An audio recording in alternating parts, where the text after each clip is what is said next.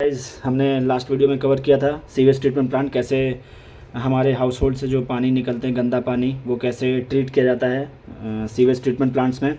Primary treatment, secondary treatment सब देख लिया था। अगर नहीं याद है तो आप हमारी पिछली वीडियो देख सकते हो, आप समझ लो कैसे क्या होता है। अभी तो इस वीडियो में आगे चलते हैं। तो आगे थोड़ी सी एक कहानी है। उसमें हुआ क्या था कि जैसे जैसे अर्बनाइजेशन होने लगा ना, जैसे शहर बनने लगे तो धीरे धीरे पॉपुलेशन भी बढ़ने लगी। तो हुआ क्या कि ये वेस्ट वाटर और ज़्यादा अमाउंट में निकलने लगे और जो हमारा एसटीपी था, मतलब कि सीवेज ट्रीटमेंट प्लांट्स जो थे वो उतने के उतने ही रह गए।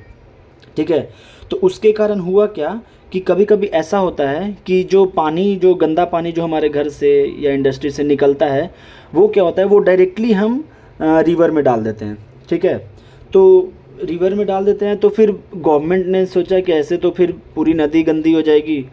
तो फिर गवर्नमेंट ने स्कीम निकाले, गंगा एक्शन प्लान और यमुना एक्शन प्लान, जीएपी और वाईएपी। इसमें क्या था कि ये नाम से पता चला ये गंगा के लिए और ये यमुना के लिए निकाला गया कि आप इसमें क्या करो कि पहले आप एसटीपी में उसको वाटर को प्यूरिफाई करो, फिर जाके ही आप गंगा में या यमुना में उस वाटर को आप डिस्चार्ज कर सकते हो, ऐसा।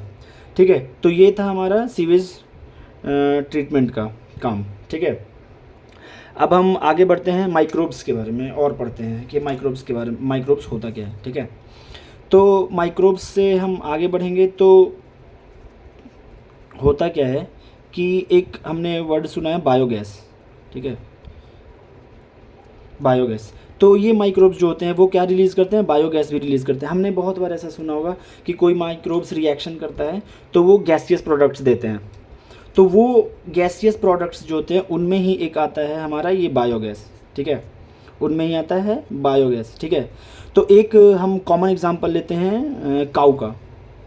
तो काऊ क्या करता है, काऊ जो खाता है, घास खाता है। ठीक है, तो उसमें क्या होते हैं, सेल्यूलोज की क्वांटिटी बहुत ज़्यादा होते हैं। ठीक है, सेल्यूलोज की क्वांटिटी बहुत ज़्यादा होते हैं तो ये क्या करते हैं गाय लोग, ये अपने र्यूमेन में रखते हैं। र्यूमेन क्या है, एक स्टमक का पार्ट है, उनके डाइजेस्टिव सिस्टम का एक पार्ट है। ठीक है, इस र्यूमेन में एक बैक्टीरिया पाया जाता है जिसका नाम है क्या, मिथेनोजेंस।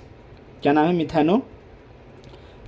ठीक है, क्या नाम है, मिथेनोजेंस। ये बैक्टीरिया क्या करता है, उनके सेलुलोज को डाइजेस्ट करता है और डाइजेस्ट करके क्या रिलीज करता है, CO2,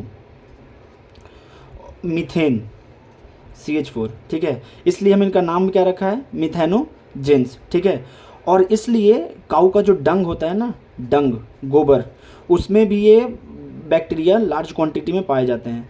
तो वो जो गैस निकलते हैं, CO2 हो गए, CH4 हो गए, इनको हम क्या बोलते हैं, गोबर गैस भी बोल देते हैं या फिर बायोगैस बोल दो, गोबर गैस या फिर बायोगैस बोल दो। ठीक है, और यही मिथेनोजेंस हमारे सेकेंडरी ट्रीटमेंट में भी काम आते हैं, वो जो एनारोबिक होता है ना उसमें। तो ये जो गैस होता है ना, डिपेंड करता है कि कौन से माइक्रोब्स हैं और जो वो रॉ मटेरियल को डाइजेस्ट कर रहे हैं वो क्या है। ठीक है, रॉ मटेरियल को जो डाइजेस्ट कर रहे हैं, तो रॉ मटेरियल में सेलुलोज हो गया, एक टाइप बता दे रहा हूँ, रॉ मटेरियल में क्या हो गया, सेलुलोज, और ये एनारोबिकली करते हैं। ठीक है, और माइक्रोब्स में आपका कौन सा हो गया, मिथेनोजेंस हो गया। ये एनसीईआरटी का बहुत इंपॉर्टेंट लाइन है, इसको एकदम ध्यान से पढ़ लो, मतलब मगअप कर लो बिल्कुल, क्योंकि ये इससे क्वेश्चन पूछे जाते हैं, नीट में आए हुए क्वेश्चन हैं, तो ये तो फिर बहुत इंपॉर्टेंट है। मिथेनोजेंस कहाँ प्रेजेंट होते हैं, र्यूमेन में, किसके, काऊ के, कैटल्स के। कैटल्स में काऊ, जितने भी आपके बुफेलो हो गए, ये सारे कहाँ आते हैं, कैटल्स में आते हैं। ठीक है ना, तो अब हम नेक्स्ट स्टार्ट करते हैं। अब हम देखते हैं microbes as a bio controls. ठीक है, तो हमारे टॉपिक का नाम क्या होगा, माइक्रोब्स एज बायो कंट्रोल। अब आप बोलोगे ये बायो कंट्रोल क्या है, ये तो पहली बार नाम सुना, कंट्रोल तो सुना था, बायो कंट्रोल नहीं सुना था। तो बायो कंट्रोल एक्चुअली है क्या, ये एक बायोलॉजिकल मेथड है। ठीक है, बायोलॉजिकल मेथड है।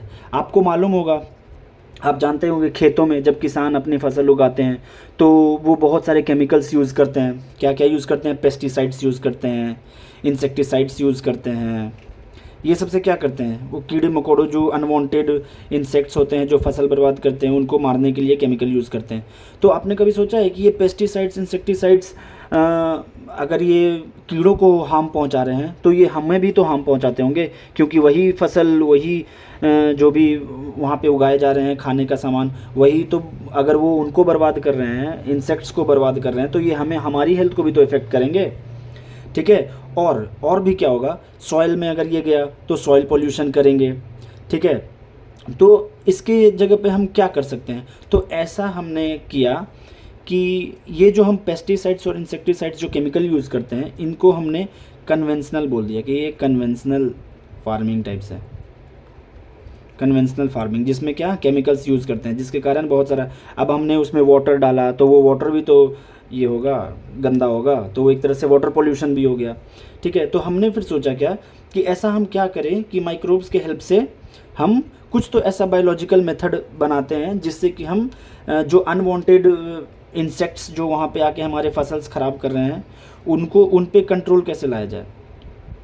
अनवांटेड इंसेक्ट्स हो गए या वीड्स हो गए, ठीक है, जिनकी कोई ज़रूरत नहीं होती, वैसे वैसे प्लांट्स भी वहाँ पे उग जाते हैं। आपने देखा होगा कि कभी कभी हम कोई फसल उगा रहे हैं और कोई अनवांटेड प्लांट्स जैसे कि कुछ घास उग गया या फिर कोई और ऐसा प्लांट उग गया जिसके हमें ज़रूरत नहीं है, तो उनको वीड्स बोलते हैं, उनके लिए वीडीसाइड्स भी यूज़ करते हैं। तो ये रहा कन्वेंशनल मेथड्स। तो अब हमने बोला कि कुछ ऐसा करते हैं, तो हमने ऐसा किया कि हम देख रहे थे कि कौन से इंसेक्ट्स हैं और उनके प्रेडेटर कौन है। प्रेडेटर मीन्स जो उनको मार के खाते हैं, ठीक है, उनके प्रेडेटर कौन है।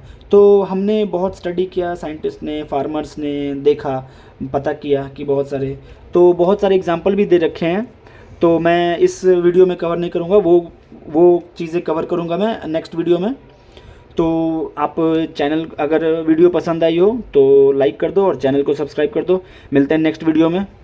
वो वीडियो बहुत इंपॉर्टेंट होने वाला है क्योंकि उसमें बहुत इंपॉर्टेंट चीज़ मैं मेंशन करूंगा, आप लोगों को बताऊंगा कि ये क्या है। और उससे क्वेश्चंस आते हैं नीट में, आज भी आए हैं, इस साल भी आए हैं, अगले साल भी आएंगे, मैं श्योर हूँ, क्योंकि वो एनसीईआरटी का एकदम लाइन है, डायरेक्टली क्वेश्चंस आता है उसमें से। ठीक है, तो मिलते हैं फिर नेक्स्ट वीडियो में।